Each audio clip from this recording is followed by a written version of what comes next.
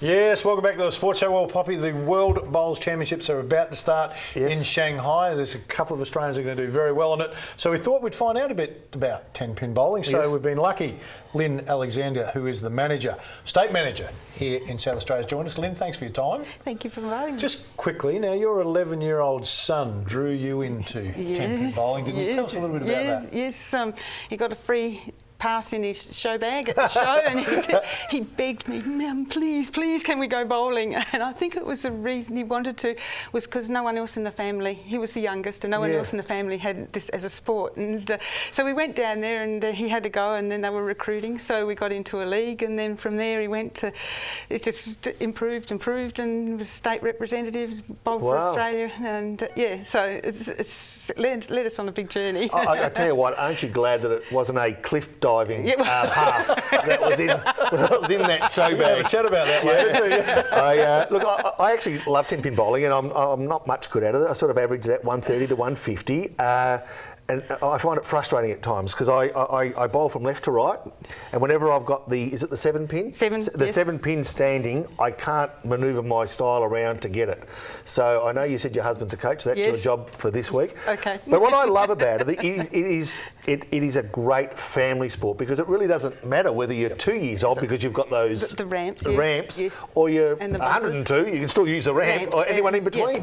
And that's the best part about 10-pin bowling. And we've got, at the moment, we've got the national championships on, and there's seniors of bowling there, so they're all the 50 plus, and they're scoring quite well. I was just having a look this morning, and there was some of the guys are averaging in the 230s. So it's that's good numbers. 10-pin bowling's sort of gone through ebbs and flows, where it's been really popular for a while, then it's dropped really popular. And I did a quick read last night. There's 100 million people that compete in 10-pin bowling across 90 countries around the world.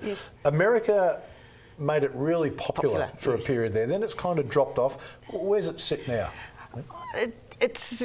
We realise that it needs to get generate some input into it, especially the competitive side of it. Certainly the birthday parties and go and have family days and all that sort of thing is very, very popular. But the competitive side has dropped a little bit. But we're working on some new programs. We've got Bowl Patrol. It's a new one out for the young kids, and they can come along. We put 9-metre carpets down on the lanes so that the kids are that much closer, or halfway down the lane. And no bumpers, but and then we start them off there. Short 5-frame game. They score whatever they score. They don't take those extra points for spares and strikes, but once they get to 30, then they take one of those mats away, and a 3-metre mat away, and they start at the 6-metre line, and then they take it back to the 3-metre, and then so that they're bowling back at the foul line. I remember as a kid, I used to watch it on TV. You know, I used to have the professional bowling on TV. I haven't seen it for a while. No. TV for our sport, basketball is the same. Once you get on TV, then it starts to grow really quickly. Is there a chance that we could see it back on TV? I'm sure that they're always working on that from a national perspective, because that really certainly was something that everyone tuned into in the half-time or the lunch break at cricket. So, But you know what, it probably lends itself to an Olympic sport consideration in a lot of ways, just on the back of those. I mean, you've got 90 countries involved, 100 million people. I mean, that's the sort of probably kickstart a sport needs at various times. And I keep on going back. If you can have synchronised swimming, because there's no way that 90 countries and 100 million people. I agree. I'm not arguing. So we've got some. We've started some support. Help him. Why can't we get into the Olympics? We were down to the last 8 for the 2020. Okay. 2020 Olympics. So we were down to the final 8, and then I think that, because the host city is the one that puts in what sports they would like to see. Tokyo, and there was a focus on young people, and so that's probably why some of the extreme sports have made it into the Olympics for the next time. And we were certainly pushing in there, and the world #1 Jason Belmonte was there to help with their presentation and all that sort of thing. He's the two-handed bowler that has taken the world, the bowling world by storm. So it'd be really great to see it in the Olympics. Often what the sports need is some profile people that are doing really well on the world stage. Now, Sam Cooley's just won an international tournament in China, just leading into the World Championships in China. Could he win the gold at the World Champs, and suddenly his profile goes through, but it tends to bring the sport back into focus? Yes. Yeah, I mean, there's no reason why he can't win. The Asian countries are very strong in Tenpin bowling. It's probably one of their main sports as compared with in Australia that would compete with some of the other high-profile sports, whereas it's considered a high-profile sport in some of these Asian countries. So there's a lot of government funding goes into promoting those sports there. So yeah, it's.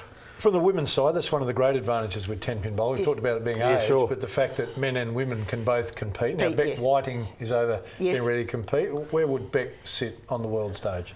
Oh, she wasn't at the last. You could make something up. No one's going to know, so just make it up. No, Lynn's going to tell us the truth. I mean, she's right up there. We've had some really good Australian female bowlers that have competed overseas, and I mean the current CEO, Cara Honeychurch, was right up there. She was in the last time that it was included in the Commonwealth Games, I think, as a demonstration sport, and she won all the medals then. So yeah, she's our female bowlers are certainly up there with the best. But as I say, these guys have got to do it on their own. In their own time, they have to have a full-time job plus do their Tenpin bowling, and that certainly makes a difference. Well, we talk about, and we talk about this almost ad nauseum on this program, about sports being so aggressive to secure young talent. I guess and you might be able to correct me here, what bowls probably can't do that a lot of sports can is take it out on the road to schools and the like. How do you do that? Yeah, we do go to the schools. We've got porta bowls that we take out. So there's some mats that we roll out, and we've got pins and some lighter weight balls, and we take them to the schools, and they sometimes have them at fairs. That's received well. And great. Yeah, no, all the kids love Tenpin bowling. And then